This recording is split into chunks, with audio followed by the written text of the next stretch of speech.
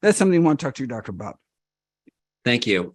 For people eating a whole food plant-based diet, do you recommend avoiding oils, and how about other fats? There's talk, what's a healthy fat, and should we be eating them at high levels, on a plant-based diet? What are your thoughts on that? And what is the real most important? Right. I mean, if they're eating a whole food plant-based diet, then they're not eating oils, right? Because they're not whole foods.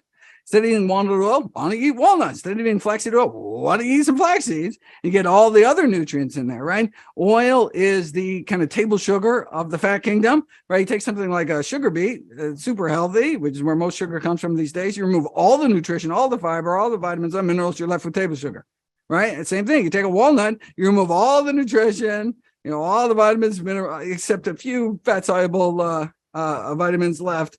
But basically, just strip all that nutrition away. Why would you do that? And you end up with this incredibly calorically dense food, probably the most calorically dense substance on the planet. Even butter has fewer calories because it has a little water in it, 120 calories per tablespoon. And essentially, these are empty calories. Why not get it from whole food sources? Now, I'm all in favor of eating healthy sources of fat. Just like I'm all in favor of eating healthy sources of carbohydrates, healthy sources of protein. And so where do we get? Avocados and nuts and seeds, nut butters, seed butters. These are fantastic, healthy foods, but again, in whole form, if at all possible. Thank you. So, changing to diabetes, we had Dr. Neil Bernard on, and he talked about, obviously you look like you're a fan. We love Neil. So who doesn't love Neil? Exactly. So, he talks about how fat is really the cause of diabetes. And obviously the general idea out in public is that it's sugar. What does the research show? Yeah, it's actually not just fat in general, but specifically saturated fat.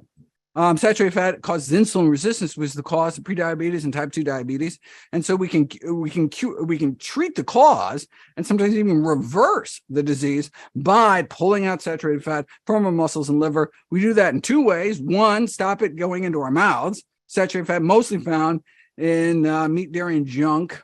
Or number two, we may have fat, stuck around our middle, and so require weight loss, and that's dumping into our bloodstream, even if we're not eating any. So, but weight loss, particularly that visceral fat, that kind of deep belly fat, between reducing deep belly fat, reducing saturated fat intake, you can prevent type 2 diabetes and work on arresting and potentially even reversing, particularly if you catch it early enough. Great. And all right, one more question before I turn it over to the audience. So now I know your thoughts on the keto diet. You're not a big fan of the keto diet. Why are those diets keep on showing up? Why are they so popular? Why are these books constantly written about them? Thoughts on that? I'm not a fan. Science isn't a fan of the keto diet, right? No. Why do they keep showing up? Because people love, this is a McDougall line, right? People love to hear good news about the bad habits, right? Who doesn't want a book that says eat bacon and butter, and right? I mean, who's going to sell more copies? Something with a steak on the cover or something with broccoli on the cover, right? I mean, it's just simple math here. And so people love to hear that kind of news, but unfortunately, and so I have a whole chapter on it and how not to diet, obviously. Turns out when you switch to a ketogenic diet, your fat loss actually slows down. The reason it continues to be so popular because the scale, as I just talked about, right? The scale makes it look fantastic, right? You lose all this water weight, your body starts cannibalizing its own protein, so you're losing lean mass. Looks great on the scale, but you're actually losing less body fat. And then if you had just continue to eat non-keto, same thing with water-only fasting, actually. Looks great on the scale, actually slows down body fat loss because your body switches over to protein.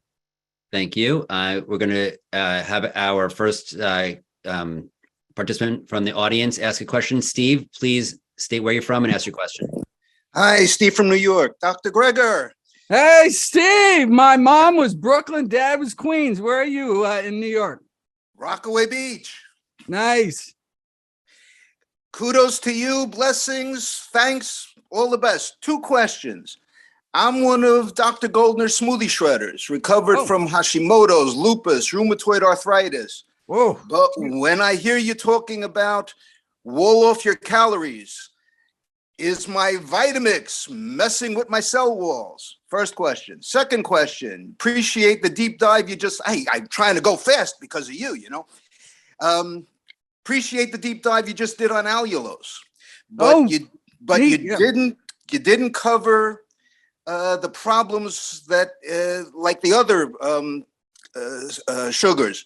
Is there a expectation of sweet calories coming, and does the body adjust by decreasing metabolism or decreasing activity or giving us more hunger, so that at the end of the day there is no benefit from this special sugar and we're eating the same calories as we would without the allulose? Fantastic question. Yeah, great questions. Okay, so the Vitamix is breaking open all those cells walls, so it matters what you're actually blending. If you're blending greens, that's a good thing. Why? Because because we're getting at all that nutrition that no matter how well we chew our kale, we're never going to get that. So green smoothie is a great way to maximize our nutrition from the most single nutritious food on the planet in terms of nutrients per calorie, dark green leafy vegetables. The wall off your calories, particularly important for whole grains, because our bugs are